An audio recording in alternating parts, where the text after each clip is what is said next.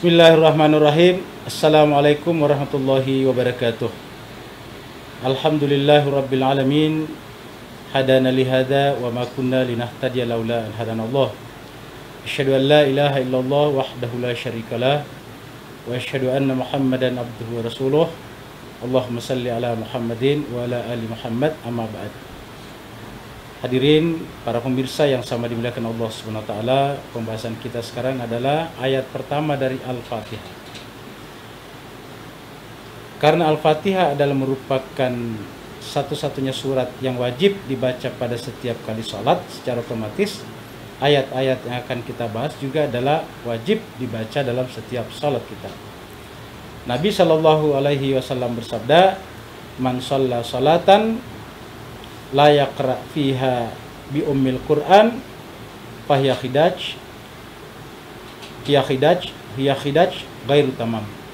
Nabi bersabda, siapa yang melakukan satu salat atau melakukan salat lalu kemudian tidak membaca ummul Qur'an di dalamnya, Al-Fatihah, maka salatnya tidak sempurna. Nah, maka ayat demi ayat ini tentu penting, karena kalau Allah mengamanahkan bahwa setiap salat harus baca Fatihah, berarti bahwa ayat demi ayat dalam Al-Fatihah ini menjadi sangat penting untuk kita cermati. Ayat pertama adalah Bismillahirrahmanirrahim. Bismillahirrahmanirrahim ini adalah merupakan kelanjutan yang Allah berikan, kelanjutan ayat yang Allah berikan kepada Nabi kita di Gua Hira. Yang pertama yaitu Iqra bismi rabbikal ladzi khalaq. Iqra bismi rabbika. Bacalah dengan nama Tuhanmu. Bacalah dengan menyebut nama Tuhanmu. Kita tentu mungkin bertanya, bagaimana membaca dengan menyebut nama Tuhan itu? Maka Allah mengatakan Bismillahirrahmanirrahim. Dengan berkata dengan nama Allah, dengan menyebut nama Allah yang Maha Pengasih, Maha Penyayang.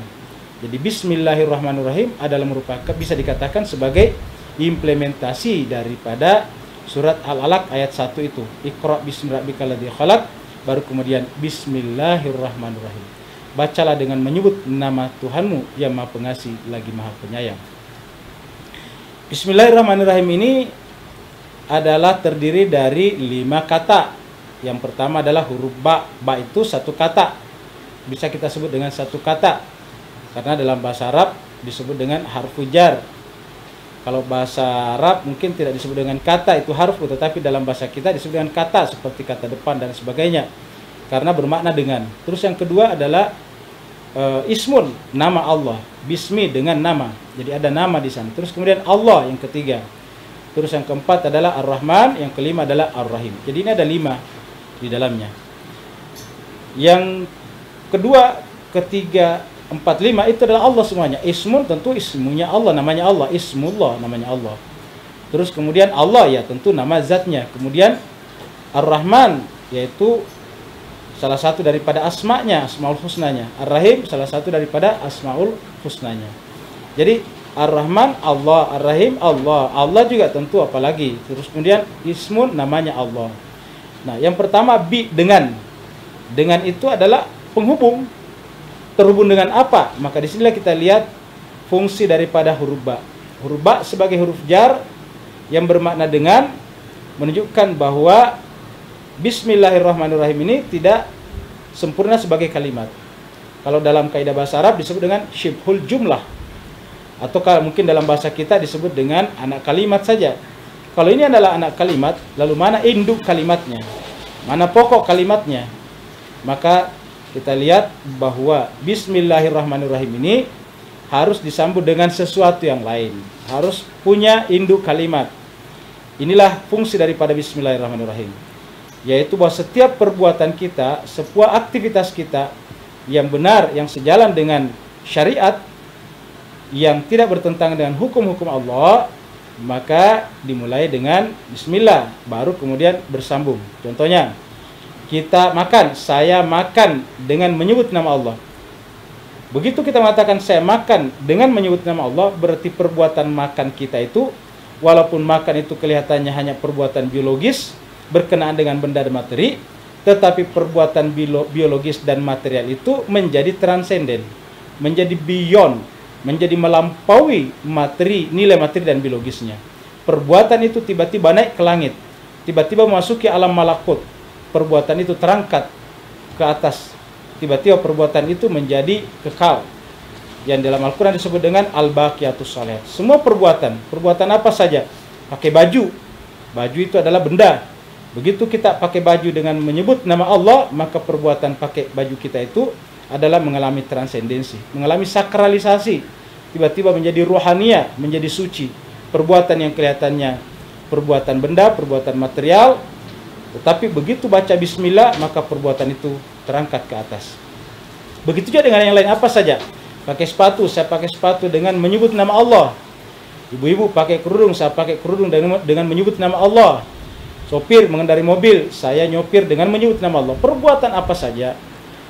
Bahkan perbuatan seperti misalnya berhubungan suami istri pun harus dimulai dengan menyebut nama Allah. Dengan demikian, segala perbuatan-perbuatan ini hanya bersambung dengan Allah apabila membaca bismillah. Bismillahirrahmanirrahim ini juga adalah menjadi pembeda antara yang halal dan yang haram. Bismillah ini bisa dikatakan sebagai garis demarkasi. Di sini sebelum baca bisa haram, setelah baca jadi halal. Misalnya hewan ternak yang zatnya halal, seperti sapi atau kambing, itu halal. Tapi kalau disembelih tidak dengan menyebut nama Allah, maka dia jatuh menjadi haram. Karena diantara 4 komponen penting yang disebutkan kehalalannya suatu makanan dalam Al-Quran, diantaranya adalah menyembelih dengan tidak menyebut nama Allah. Al-Quran menyebutnya hurrimat alaikumul maita waddama walahmal khinziri wa ma uhilla li ghairillah. Diharamkan kepada kalian yang pertama adalah bangkai, terus kemudian setelah itu adalah darah, terus kemudian babi, terus yang keempat adalah sembelihan yang disembelih tidak dengan menyebut nama Allah. Bismillahirrahmanirrahim ini juga berjumlah 114. Kalau setiap surat ada bismillahnya, kecuali surat At-Taubah. At-Taubah tidak ada bismillahnya. Kalau At-Taubah tidak ada bismillahnya, harusnya cuma 113 bismillah, karena total surat adalah 114. Tetapi ternyata ada satu surat yang 2 bismillahnya, yaitu surat An-Naml. Selain di awalnya, permulaan surat juga ada di ayat 30-nya yang mengatakan innahu min Sulaimana wa innahu bismillahirrahmanirrahim. Kalau Al-Quran itu kita matematikakan, Al-Quran itu punya password. Passwordnya Al-Quran adalah angka 19. Al-Quran mengatakan alaiha tis'ata asyara. Di atasnya ada angka 19. Maka 114 itu habis dibagi 19. Maka secara otomatis jumlah basmalah dalam Al-Quran yang ikut dalam surat cuma 113. Tapi karena ada surat yang 12 basmalahnya, maka totalnya pun juga menjadi 114, berarti juga habis dibagi bilangan prima angka 19.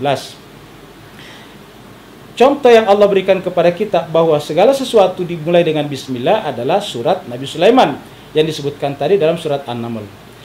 Sulaiman ini adalah seorang nabi besar, termasuk salah satu di antara 25 nabi dan rasul.